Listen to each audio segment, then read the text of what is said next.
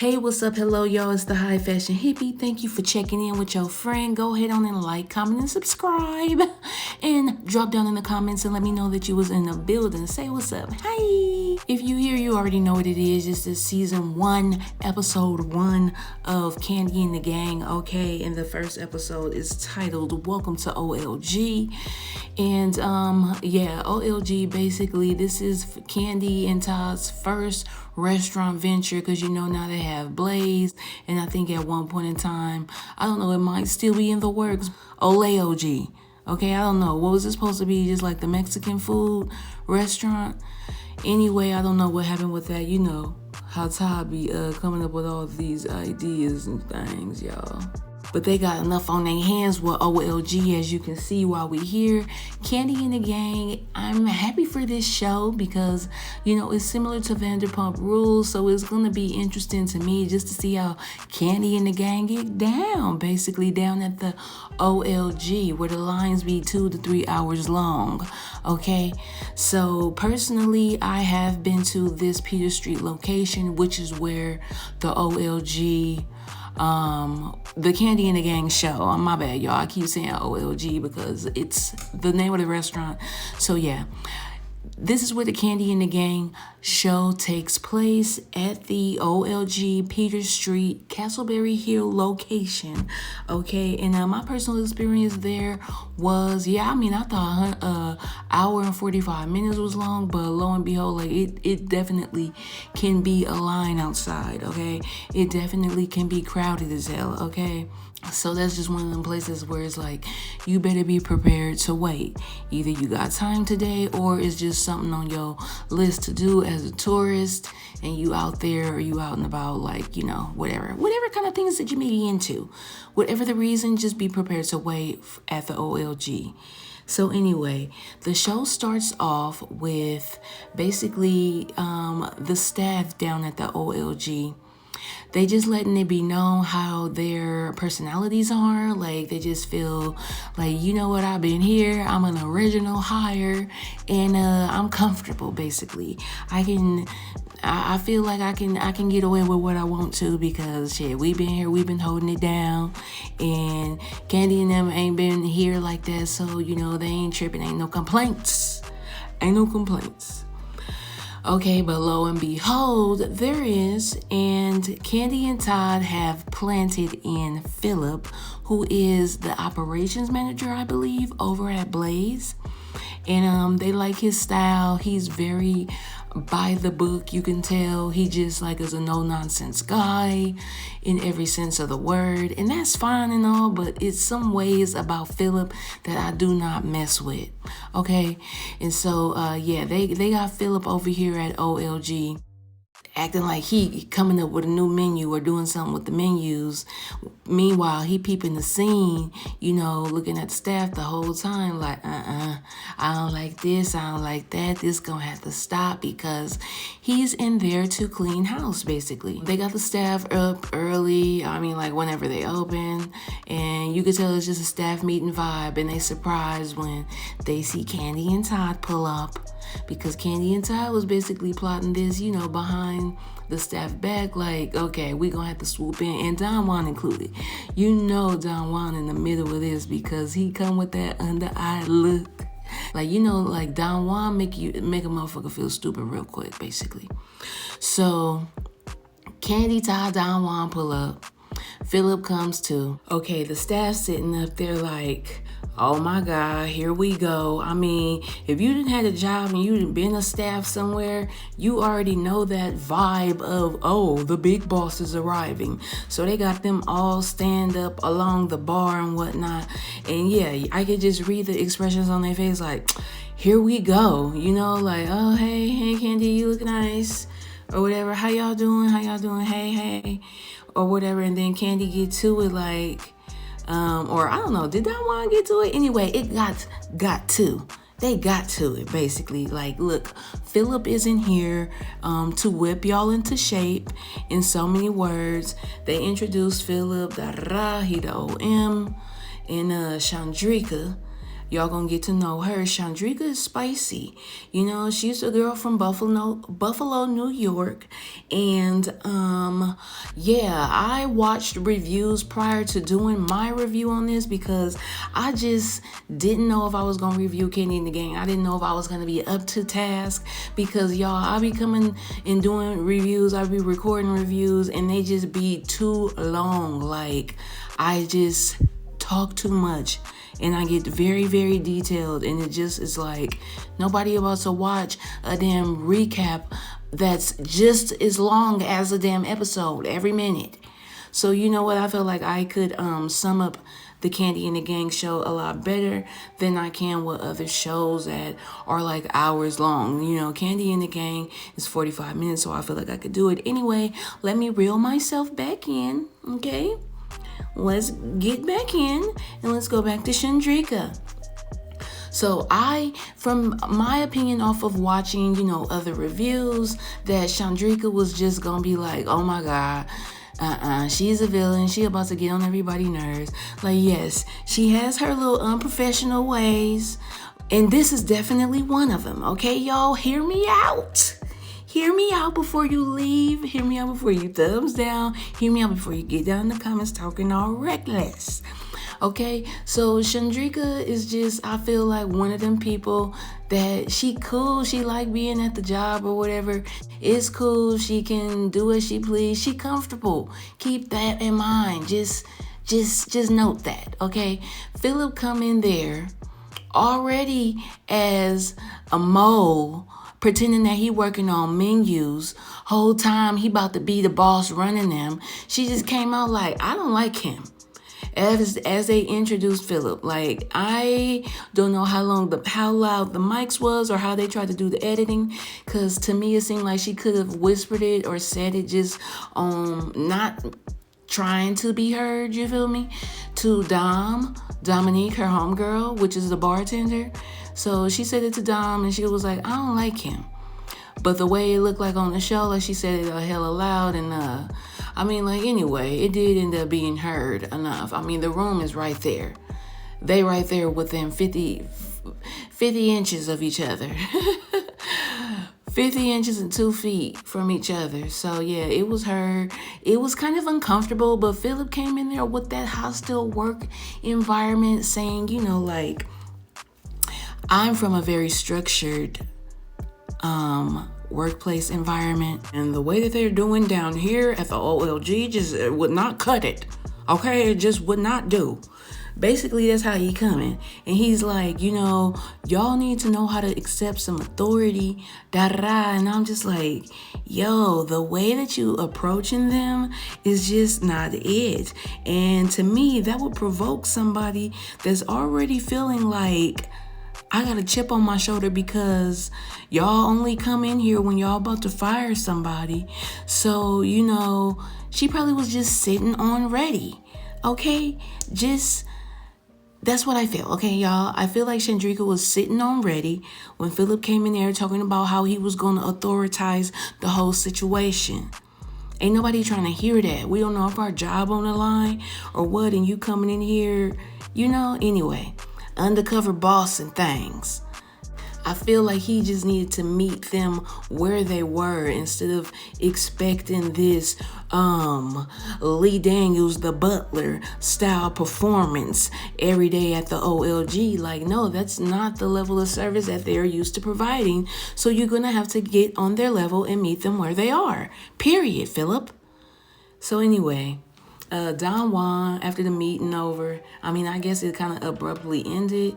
Don Juan and Philip and Chandrika go off and have a private meeting to just kind of clear the air, I guess, and remove some of the hostility, because it is definitely a hostile work environment, in my opinion, at this point. And yeah, at the end of the day, Chandrika ended up getting sent home by Philip. Like, he's already putting his foot down. Don Juan is letting it be known, like, you know what, he in charge now, so, you know, get with it or get lost, in so many words. Chandrika could go home early. Could you imagine how she was feeling? Probably just like, she probably had a good mind not to even go back, but I think that she ain't going nowhere until she actually get fired. Period. Because, it seemed like Kandi is cool with her, and I mean, like, it's a good environment. Like, look, you on the show from working at that motherfucker. So after they had a little staff meeting, y'all, Kandi and Todd talk about the mixer that they're going to be having with basically their network of employees between Blaze and the OLG locations. Probably both locations. Yeah, that's what it seemed like. All the employees from all the restaurants was going to come to this mixer. And it looks like Kandi is out there scouting talent to come to OLG and just turn it up a notch. Bring that guest experience that people are looking for, because the reviews is bad. It's like a 3.6 on Google.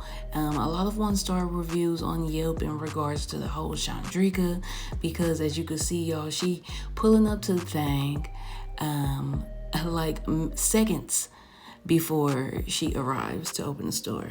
And as the host, you do need to be there on time. Early is on time, and on time is too late. So anyway, the mixer, back to that. This is like where you could see all the work crew clicks, Okay, like these people hang with them, so it looked like it's Dom, Chandrika, and Torin. That was cool when he was there. Okay, Dom, Chandrika, and Torin seem to have been cool when he was there. Kandi asked him to come back. He kind of took on the role of being in a managerial position or ops manager position. But he really only wanted to plan events, lo and behold. So, that was too much for him. But he is looking to come back, join Kandi and the rest of the gang down at the OLG to enhance it and bring back that vibe that the people have been missing. Okay, and then you have Dom and Brandon. Dom and Brandon, they have crushes on each other, but they ain't acted on it. Whatever. They trying to keep it professional. Brandon is the manager. He has a very big smile. Okay. And then we got Brian. Brian, he let it be known, look like Kandi was like, yeah, I like your hair. He was like, it's a toupee. He was like, it's cute though. He was like, I know. I like him. I like Brian. I fucks with Brian. Okay, and then you got RHOA, aka Shardo. First one I was like, okay, Shardo, come on with them looks. Shardo got the fashions, and he is a host over at Blaze. And Kandi is asking him to come on and join the crew over at OLG. And she introduces Shardo to Chandrika, and they seem like they are going to be off to a great start. Like Shardo said, he can get along with anybody, and that's cool. She received him with open arms as well. She wasn't all snotty or nothing like that. Like I said, my perception of Chandrika, that's why I had to watch it for myself. My perception of Chandrika was just like off just by what I was hearing. But yeah, I don't think she's that bad. I think that she's misunderstood. Stick with me, guys, on this. Let's see. Okay, let's see where this goes. Okay, so next day is a busy Saturday. Shardo is going to start over at OLG. And Chandrika is running late, y'all. She is shaving minutes, but I can relate to this as well, okay? She has been living in Atlanta for 4 years, but still getting lost. And I can relate to that. When I lived in the A, it was easy for me to get lost. I would go to different ways, different days, just depending on where I was going to be at what time in the traffic. It got hard, and I would just end up lost. I would end up taking my turn too soon off the freeway, just being too anxious. And is it gonna be this one? Because back in the day, GPS just wasn't working as fast as it do right now in Apple Maps, y'all. I think I had a BlackBerry, so yeah, it just wasn't easy. I could see how she's still getting lost. She's still being late too, but this fool was talking about she should have stopped and got breakfast. Anyway, when she finally pull up, everybody is waiting on her, lying down the street, lying down the curb. Shardo looking for the iPad. Chandrika we write them in over here. This is the hood. We write them in on the paper over here. We put them downstairs at the bar, upstairs, on the curb, tell them to wait in the car with the air running. Like, yeah, when I went, they definitely told us. I mean, I don't know if it was downstairs at the time that I went, okay, y'all? But we definitely just waited outside. I mean, it was an hour and 45 minutes. And at some point, like before that, they actually called us to sit at the bar.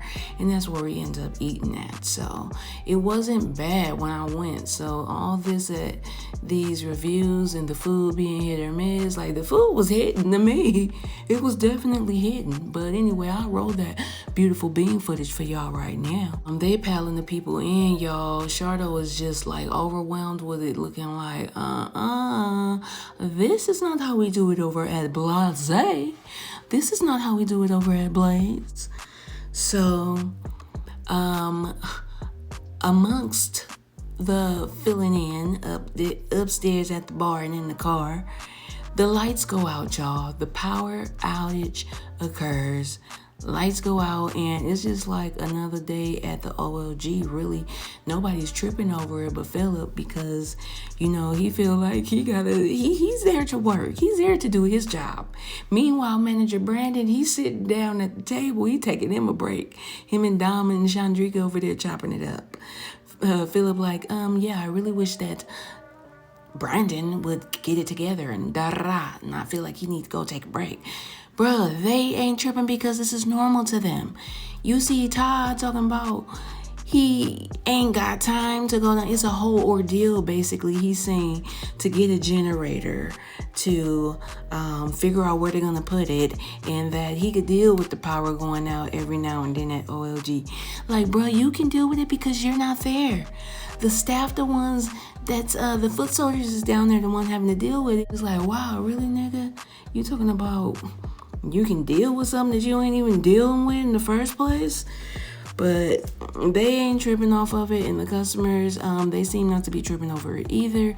Only one, like I said, is tripping is Philip, because not only is it his kind of big time to shine moment as operational manager, whatever he is over there, okay? These people is getting hot, and they gonna want to get out this restaurant, and they gonna have to start getting paid. I mean, you know, they gonna have to start paying. So he's trying to keep an eye on everybody, talking about they can't leave, y'all. Telling Brandon that he need to figure out how to get some type of payment plan in motion. Like, okay, how is we gonna get receipt of the coins? And then that is when the episode pretty much ends, you guys. And I just want to say that I'm enjoying it.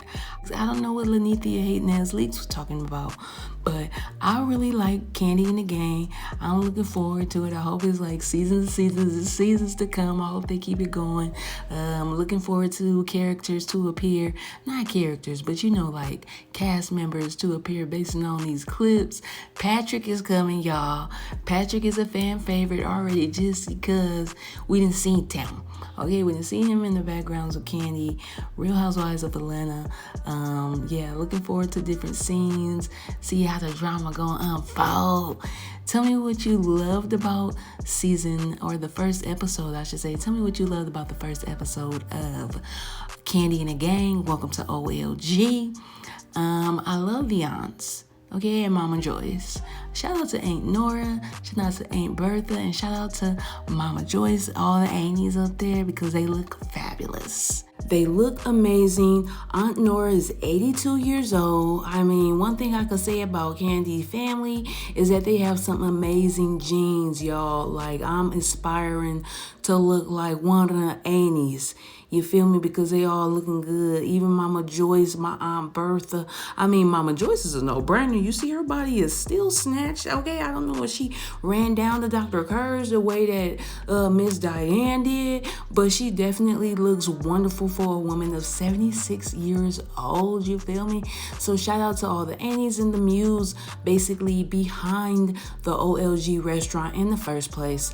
Once again, y'all, go ahead on and like, comment, and subscribe. Thank you for checking in with your friend. It's the High Fashion Hippie, and I'm out. Bye.